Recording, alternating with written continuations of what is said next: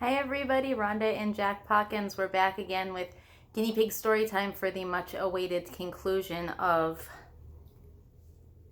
A Guinea Pig Pride and Prejudice.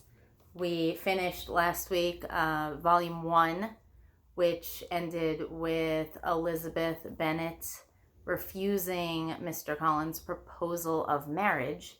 And Mr. Collins then went off and married Elizabeth's best friend Charlotte. And Mrs. Bennet, Elizabeth's mom, was pretty annoyed because she thinks that at this point, with her daughter's attitude, she might never find a husband at all. So, let's see the riveting conclusion. Start off with a little anise here. Moving on to volume 2, The Parsonage.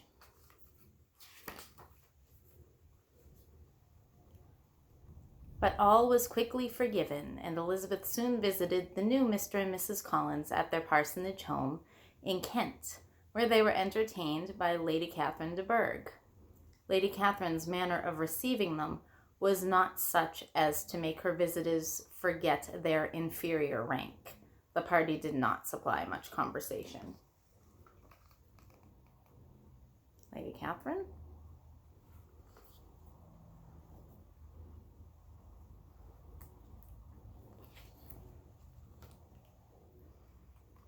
The visit passed pleasantly enough until one day Elizabeth was suddenly roused by the sound of the doorbell, and to her utter amazement, Mr. Darcy walked into the room and asked for her hand in marriage. Elizabeth's astonishment was beyond expression, but Darcy's pride was still overbearing. He spoke of apprehension and anxiety, but he was sure of being accepted. He lingered on the inferiority of her family. In short, he behaved in a most ungentlemanlike manner. And how could she marry the man who had treated Mr. Wickham so infamously? So she declined the offer. I had not known you a month before I felt that you were the last man in the world whom I could ever be prevailed upon to marry.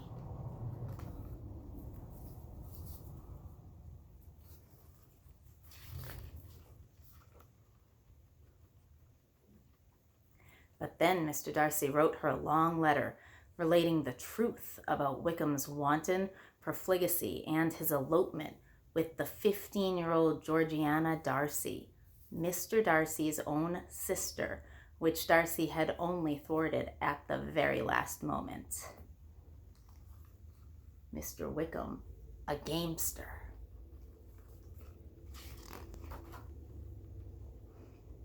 The letter had quite an effect on Elizabeth Bennet's opinion of Mr. Darcy. How despicably have I acted, Elizabeth cried. Had I been in love, I could not have been more wretchedly blind. Till this moment, I never knew myself. Pondering the letter.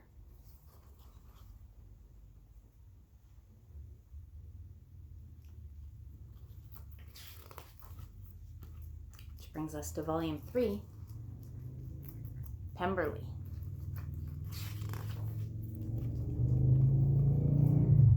Elizabeth returned home to Hertfordshire. Her spirits were sadly affected and all sense of pleasure lost in shame until her aunt and uncle, Mr. and Mrs. Gardiner, invited her to join them on their northern tour. She joyfully accepted.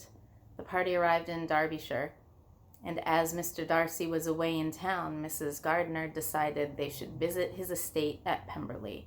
Walking around the beautiful grounds and admiring the delightful aspects, Elizabeth everywhere saw Darcy's restrained yet elegant taste.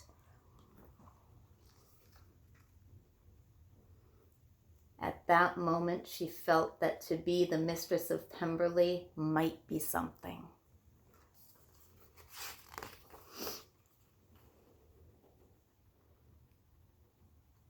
But Mr. Darcy had in fact returned to Pemberley unexpectedly early. Their eyes instantly met, and the cheeks of each were overspread with the deepest blush. His behavior was so strikingly altered. He had never spoken with such gentleness. She knew not what to think. nor how to account for it. Why is he so altered, thought Elizabeth. From what can it proceed? It is impossible that he should still love me. A little close up for that one. Very exciting.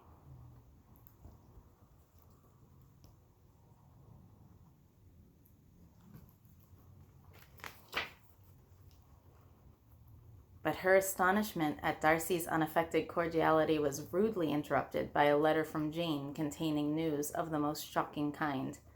Elizabeth's sister Lydia had eloped with Wickham. There is nothing but love, flirtation, and officers in Lydia's head. But she has no money, no connections, nothing that can tempt Wickham to marry her. She is lost forever.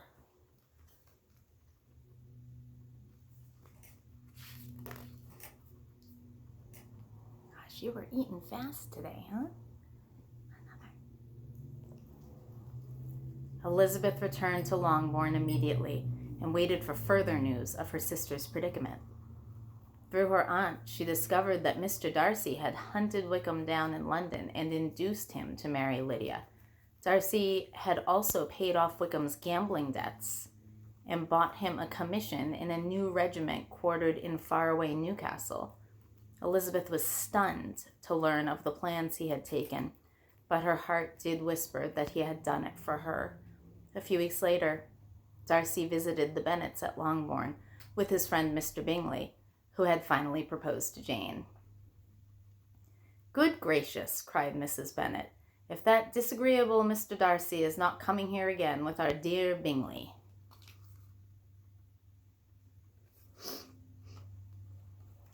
More? Goodness sake. Here. Elizabeth tried to thank him for his unexampled kindness to her poor sister. Though her family would remain ignorant of what he had done for them, they would be forever in his debt.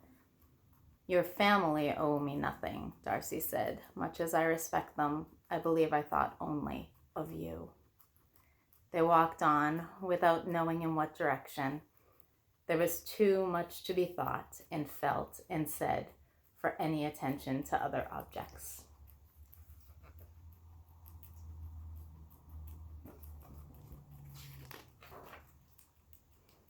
This time, Elizabeth accepted Fitzwilliam Darcy's proposal. I love him. Another close-up for you.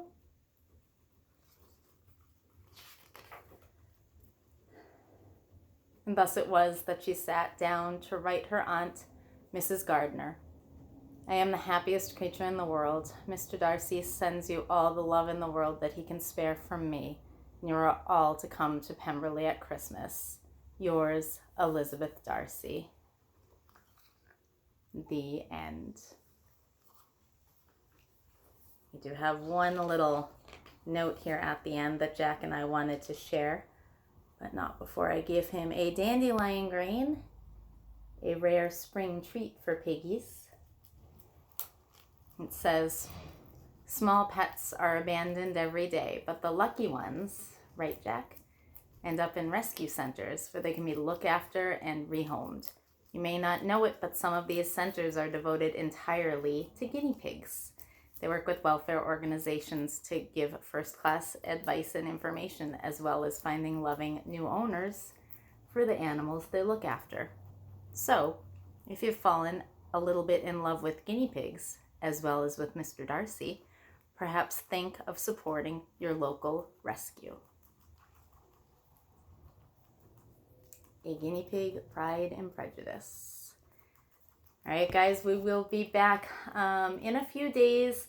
If you have any opinions, let us know on Facebook. We might go on with the Guinea Pig Classics series, go on to, I don't know, maybe Romeo and Juliet.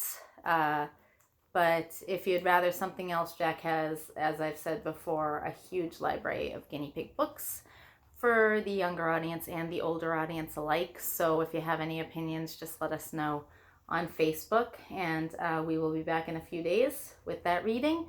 And stay well. Bye.